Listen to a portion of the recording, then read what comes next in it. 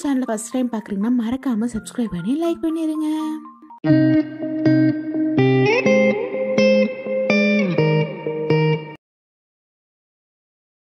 Starting எடுத்தோன்னே ஒரு பொண்ணு ஷாக்கிங்காக உட்காந்துருக்க மாதிரி காட்டுறாங்க. அவங்க வேறு யாரும் இல்லை, ஹீரோயின் தான். ஏன்னா அவங்க கூட படுத்துருக்கிறது ஹீரோ. அவங்க யாருன்னா ஹீரோ தான் வந்து ஹீரோனோட பாஸ். ஐயோ என்ன இவர் கூட நம்ம இப்படி ஸ்டே பண்ணியிருக்கோமா அப்படின்னு சொல்லிட்டு பயப்படுறாங்க. அப்போ தான் அவங்களுக்கு ஒரு சின்ன ஃப்ளாஷ் மாதிரி வருது. என்னென்னா அவங்க வந்து நைட்டு குடிச்சிட்டு ஹீரோ கூட ஒன்றா படுத்துருந்துருக்காங்க. அவங்க சட்டனை ரிலீஸ் பண்ணுறாங்க. ஐயோ போய் நம்ம பாஸோட ஒன்றா படுத்துட்டோமே, நம்ம கிளம்பி ஆகணும் அப்படிங்கிறாங்க. ஹீரோ டக்குன்னு முழிக்கிறாரு. முழிச்சிட்டு டே இங்கே ஒரு செயின் இருக்குது, அதாவது ஹீரோனோட செயின் அங்கே இருக்குது, இதை வச்சு நான் யார் கூட இருந்தேன்னு கண்டுபிடிக்கணும்டா. யாரோ என் கூட இருந்திருக்காங்க நைட், அந்த பொண்ணு யாரும் தெரியணுமே அப்படிங்கிறாங்க. ஹீரோயின் அந்த கேப்பில் ஐயோ ஹீரோ பார்த்துருவாரோ அப்படிங்கிற பயத்தில் அங்கேருந்து அப்படியே தப்பிச்சு ஓட பார்க்குறாங்க. ஓட்டுற வழியில் அப்படியே கீழே விழுந்துடுறாங்க. ஐயோ சவுண்டு கேட்டிங்க வந்துருவாரோ, என்ன பண்ணுறதுன்னு சொல்லிட்டு ஹீரோ என்ன சவுண்டுடா அப்படின்னு சொல்லிட்டு அவரும் ஓடி வந்து பார்க்க வராரு. ஆனால் எப்படியோ ஹீரோ கண்ணில் படாமல் அப்படியே அந்த இடத்த விட்டு தப்பிச்சு ஓடிடுறாங்க ஹீரோயின். அடுத்த நாள் எதுவுமே தெரியாத மாதிரி எப்பயும் போல ஆஃபீஸ் போயிடுறாங்க. ஹீரோட அசிஸ்டன்ட் தான் நம்ம ஹீரோயின். அப்போ ஹீரோயின்ட்டே சொல்கிறாரு, இந்த மாதிரி நான் ஒரு பொண்ணு கூட இருந்தேன், அந்த பொண்ணோட செயின் கூட என்கிட்ட தான் இருக்குது, அவள் யாருன்னு கண்டுபிடிக்கணும் அப்படின்னு சொல்லிட்டு ஹீரோயின்ட்டு எல்லாமே சொல்கிறாங்க. ஐயோ அது நம்ம தானே எப்படி சொல்லுவோம், சொல்லவே கூடாது அப்படின்னு நினைக்கிறாங்க ஹீரோயின். ஆனால் வேண்டியா கண்டிப்பாக பாஸ் கண்டுபிடிச்சிடலாம், அந்த செயின் நீங்கள் என்கிட்ட கொடுங்க, நான் பத்திரமா வச்சு கண்டுபிடிச்சிக்கிறேன் அப்படின்னு சொல்லி வாங்கிடுறாங்க. அதுக்கப்புறம் அவங்க ஃப்ரெண்டு கிட்ட போயிட்டு, நீ ஹேக்கர் தானடி, எப்படியாவது ஹோட்டலில் இருக்க சிசிடிவி கேமரா ஃபுட்டேஜ்லாம் அழிச்சிரு, நான் தான் ஹீரோ கூட போயிருந்தேன்னு தெரிஞ்சு அவர் என்ன பண்ணுவார்னு எனக்கு தெரியல, ஸோ என்னோடய பாஸ்க்கு தெரியாமல் பார்த்துக்கோன்னு சொல்லிட்டு அவங்க ஃப்ரெண்டு கிட்ட பர்மிஷன் கேட்டு அந்த சிசிடிவி கேமராவை அழிக்க போகிறாங்க.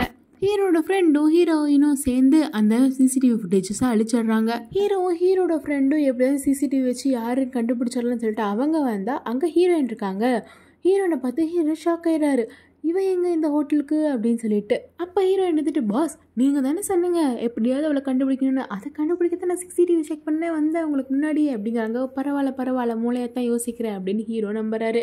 ஹீரோவை சமாளிக்கிறதுக்கு வேண்டிய அப்படியே ஹீரோ கிட்ட போகிற மாதிரி ஹீரோயின் பண்ணுறாங்க. ஹீரோக்கு ஒரு மாதிரி ஆகுது, என்ன இவன் நம்மகிட்ட இவ்வளோ க்ளோஸாக வரா அடடா அப்படின்னு சொல்லிட்டு இவருக்கு லைட்டாக ஃபீலிங்ஸ் வர ஆரம்பிக்குது. ஆனால் அப்படியே ஹீரோயினை பிடிச்சி தள்ளி விட்டுட்டு சரி தேடுற வேலையை பார்க்கலாம் வாங்க அப்படின்னு சொல்லிட்டு கிளம்பி பார்க்குறாரு. ஆனால் ஹீரோவுக்கு ஒரு மாதிரி ஆயிடுது.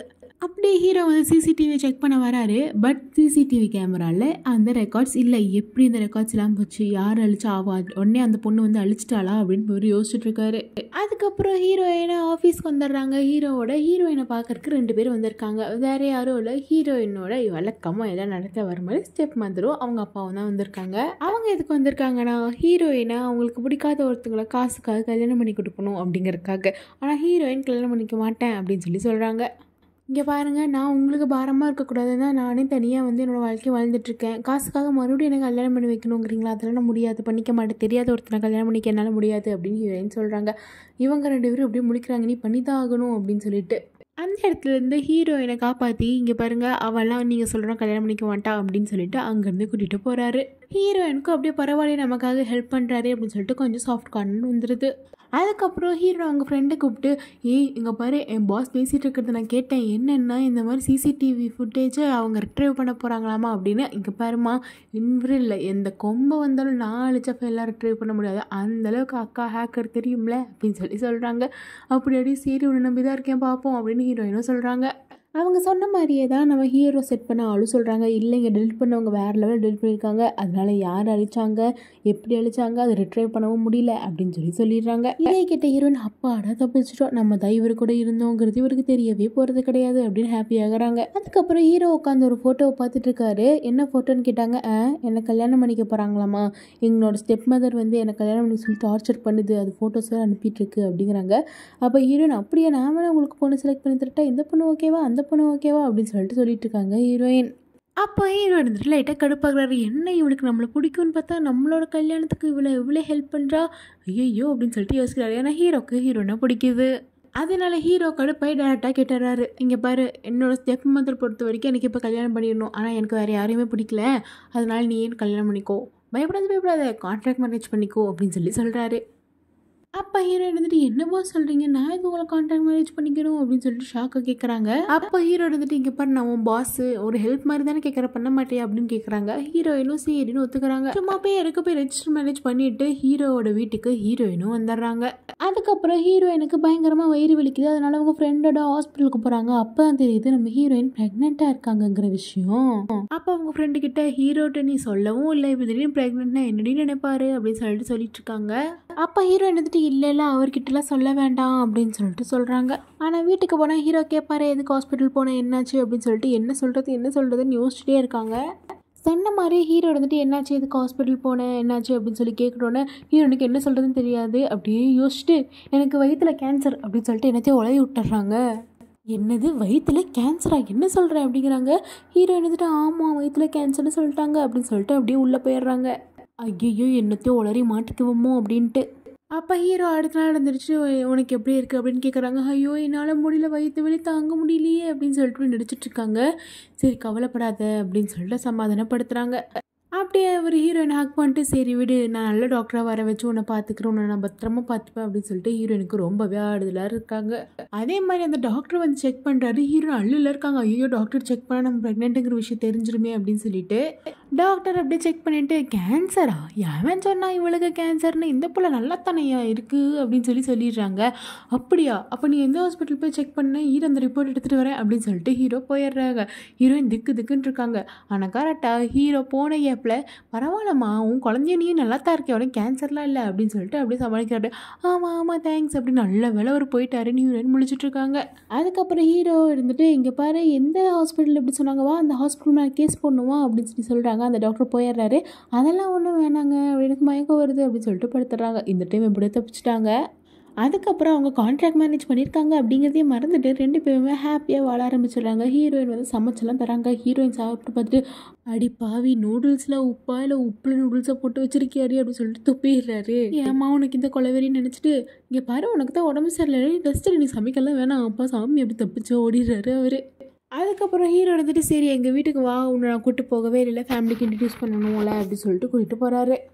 வீட்டுக்கு போனால் இந்த பொண்ணு இருக்கா. இந்த பொண்ணு தான் ஃபஸ்ட்டு ஹீரோக்கு கல்யாணம் பண்ணி வைக்கலான்னு சொல்லிட்டு அலையன்ஸ் பார்த்துருக்காங்க. இவன் வந்து ஹீரோயினோட ஹீரோ வரதை பார்த்து கடுப்பாயிடுறா. என்னை விட்டு கண்டவனெல்லாம் போய் கல்யாணம் பண்ணியிருக்கேன் அப்படின்னு சொன்னேன். இங்கே பாருமா நானும் அவரும் லவ் பண்ணி கல்யாணம் பண்ணியிருக்கோம், நீ என்ன என் புருஷன்கிட்ட வந்து இப்படி பேசிக்கிட்டு இருக்கா, ஒழுங்கா போ அப்படின்னு சொல்லிட்டு இந்த உண்மையான ஒய்ஃப் மாதிரியே அப்படியே இது பண்ணிகிட்ருக்காங்க. இவளுக்கு நீ அடி பேர் இவளா அப்படின்னு சொல்லிட்டு ரெண்டு பேரும் மாறி சண்டை போட்டுக்கிட்டு இருக்காங்க. ஹீரோக்கு ஒரு சில குபி சிரிப்பு வந்துடுது, பாடுறா நமக்காக இப்படிலாம் சண்டை போடுறா அப்படின்னு. இவங்க ஹீரோவோட ஸ்டெப் மதர். வழக்கம் போல் இவங்களுக்கு ஹீரோயின் கல்யாணம் பண்ணது பிடிக்கல. உனக்கு எவ்வளோ காசு வேணும்னு சொல்லு, செக்காக போட்டு கொடுத்துட்டே இருக்கேன், நீ என் பையனை விட்டு போயிட்டே இரு, நீ எல்லாம் எங்கள் வீட்டு மருமகளா அப்படின்னு சொல்லி கேட்குறாங்க. ஓ அப்படியா, காசு தரீங்களா, சரி ஒரு $5 மில்லியன் கோடி கொடுங்களேன் அப்படிங்கிறாங்க. அது அவ்வளோவா அப்படின்னு சொல்லிட்டு இவங்களுக்கே நெஞ்சு வலி வந்துடுது. என்ன திமிர் இருந்தால் என்ன எதிர்த்து எப்படி பேசிக்கிட்டு இருப்படி, நீ எல்லாம் ஒரு ஆளா அப்படின்னு சொல்லிட்டு பயங்கரமாக திட்டுறாங்க ஸ்டெப் மதர். அப்படியே ஹீரோ வந்து ஹீரோயினுக்கு சப்போர்ட் பண்ண குடும்பமே வந்து கொந்தளிச்சிட்டு இருக்காங்க. இந்த இடத்துல ஒரு சின்ன சண்டை கலரமே ஏற்பட்டுருது. ஹீரோயினும் பிரியணும் அப்படின்னு சொல்லிட்டு ஸ்டெப் மதரு ஹீரோட அப்பா எல்லாரும் சேர்ந்து அப்படி சண்டை போட்டிருக்கும்போது வேணும்ட்டே ஹீரோனோட காலில் எடுத்து சுடு தண்ணி ஊற்றி விட்டுறாங்க. ஹீரோயின் காலில் ரொம்பவே அடிபட்டுருது. அதனால ஹீரோ அவங்கள தேட்டிட்டு ஹீரோயினுக்கு ட்ரீட்மெண்ட்டும் பார்க்குறாரு. ஹீரோயினுக்கு அப்படியே ரொம்ப பிடிச்சிருது ஹீரோவை. அப்படியே கொஞ்ச நாள் போகுது. ஹீரோயினும் சந்தோஷமாக தான் இருக்காங்க. அப்போ ஹீரோயினுக்கு டக்குன்னு ஒரு ஃபோனில் வருது, வாய்ஸ் மெசேஜ் மாதிரி ஒன்று வருது. என்னென்னா நான் அபார்ஷன் பண்ணுறதுக்கு டாக்டர் கண்டுபிடிச்சிட்டேன் அப்படின்னு சொல்லிட்டு அதை தெரியாதனமாக அந்த வாய்ஸ் மேலே ஹீரோ கேட்டுறாரு. ஹீரோயினை பிடிச்சி எழுத்து என்னது இது மெசேஜ் வேறு வந்திருக்கு அபார்ஷன் டீட்டெயில்ஸ் பற்றி, யாருக்கு அபார்ஷன், உனக்கு அபார்ஷன், நீ ப்ரெக்னெண்ட்டாக இருக்கே உண்மையை சொல்லு அப்படின்னு சொல்லிட்டுலாம் சொல்லிட்டு இருக்காரு. ஹீரோயினுக்கு என்ன பண்ணுறதுன்னு தெரில. ஐயோ அப்படின்னு சொல்லிட்டு இல்லை நான் ப்ரெக்னெண்ட் இல்லை, என் ஃப்ரெண்டு தான் ப்ரெக்னெண்ட்டாக இருக்கா அப்படின்னு சொல்லிட்டு மாற்றி விட்டுறா. அதே மாதிரி ஹோட்டலில் உங்கள் கூட ஒரு பொண்ணு தங்கினால அவன் என் ஃப்ரெண்டு தான் அப்படின்னு சொல்லிட்டு எல்லாத்தையுமே ஃப்ரெண்டு மேலே தூக்கி போட்டு விட்டுறாங்க ஹீரோயின். ஹீரோலாட்ட கடுப்பாக என்ன நினச்சிக்கிட்டு இருக்கீங்க, ஒழுங்காக உங்கள் ஃப்ரெண்டை வர சொல்கிறீ அப்படின்னு சொல்லிட்டு ஹீரோயினையும் பிடிச்சி இது பண்ணிவிட்டு ஹீரோனோட ஃப்ரெண்டையும் அந்த இடத்துக்கு கூட்டிகிட்டு வந்துடுறாங்க. ஹீரோனுக்கு ஒரு மாதிரி ஆகிடுது. ஏன்னா ஹீரோயின் ஃப்ரெண்ட் இந்த தப்புமே பண்ணல, என்ன நமக்காக இந்த பொண்ணு இவ்வளோ கஷ்டப்படுறாளே நம்ம ஃப்ரெண்டு அப்படின்னு நினச்சிட்டு யோசிக்கிறாங்க ஹீரோயின். அதுக்கப்புறம் ஹீரோயின் வந்து சொல்லிட்டாங்க, இங்கே பாருங்க அவளை விட்டுருங்க, நான் எல்லாம் உண்மையே சொல்லிடுறேன், அன்றைக்கி உங்கள் கூட இருந்தது நான் ப்ரெக்னெண்ட்டாக இருக்கேன், உங்கள் குழந்தை தான் அப்படின்னு சொல்லிடுறாங்க. ஹீரோவுக்கு ஒரு மாதிரி இருந்தாலும் செம்ம ஹாப்பியாகிடுது. அடி பாவி, இதையாடி மறைச்சிட்டு இருந்தேன், ஃபஸ்ட்லேருந்தே நான் உன்னை தான் லவ் பண்ணிட்டேன், அதனால தான் உங்ககிட்ட கான்ட்ராக்ட் மேரேஜ் பண்ணிக்கலாமான்னு கூட கேட்டேன், இதை முன்னாடியே சொல்லியிருந்தேன்னா நம்ம கல்யாணம் பண்ணி சந்தோஷமாக வாழ்ந்துருக்கலாம்ல அப்படின்னு சொல்கிறாரு. ஹீரோயினும் அப்படியா அப்படின்னு சொல்லிட்டு செம்ம ஹாப்பி ஆயிடுறாங்க, 2 பேரும் சேர்ந்துடுறாங்க. அதுக்கப்புறம் ஹீரோவோட பாட்டியை ஹீரோயின் பார்க்க போகிறாங்க. ஹீரோவோட பாட்டி எல்லா நாடகத்துலேயும் பாட்டி நல்லவங்கள தான் இருப்பாங்க, ஆனால் இதில் பாட்டியும் ஹீரோயினுக்கும் ஆப்போசிட்டாக இருக்காங்க. நீ எல்லாம் என் பேரனை கல்யாணம் பண்ணிக்கிட்டியா அப்படின்னு சொல்லிட்டு ரொம்ப மோசமாக திட்டிகிட்டு இருக்காங்க. அப்படி பேச பேச ஹீரோனோட கழுத்தில் இருக்க ஒரு பெரிய ஒரு மச்சத்தை பார்த்துட்றாங்க. இந்த மச்சம் அப்படின்னு சொல்லிட்டு ஒரு மாதிரி ஷாக் ஆகிடுறாங்க. ஹீரோனுக்கு ஒன்றுமே புரியல, என்ன அவங்க மச்சத்தை பற்றி பேசுகிறாங்க அப்படின்னு சொல்லிட்டு, ஆனால் ஒன்றுமே கண்டுக்காமல் அந்த இடத்த விட்டு போயிடுறாங்க. இங்கே ஹீரோயினும் எப்பயும் போல் அவுட்டிங் போய்கிட்டு இருக்காங்க.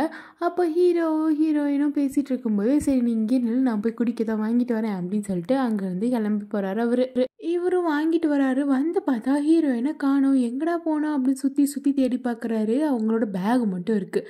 எஸ், ஹீரோயினை கடத்திட்டாங்க. அது வேறு யாரும் இல்லை, ஹீரோவோட அம்மா தான் கடத்தியிருக்காங்க. ஆனால் அவங்க பாட்டி உண்மையை சொல்லிடுறாங்க, இந்த மாதிரி நீ சின்ன வயசாக இருக்கும்போது ப்ரெக்னெண்ட்டாக இருந்தேட, அந்த குழந்தைய ஆசிரமத்தில் கூட விட்டோமே, அந்த குழந்தை தான் ஹீரோயின், மச்சம் கூட இருக்குது, க்ராஸ் வெரிஃபை எல்லாமே பண்ணிக்கிட்டேன், எல்லா டேட்டு எல்லாமே சேமாக இருக்குது, அவள் தான் உன் குழந்தை அப்படின்றாங்க.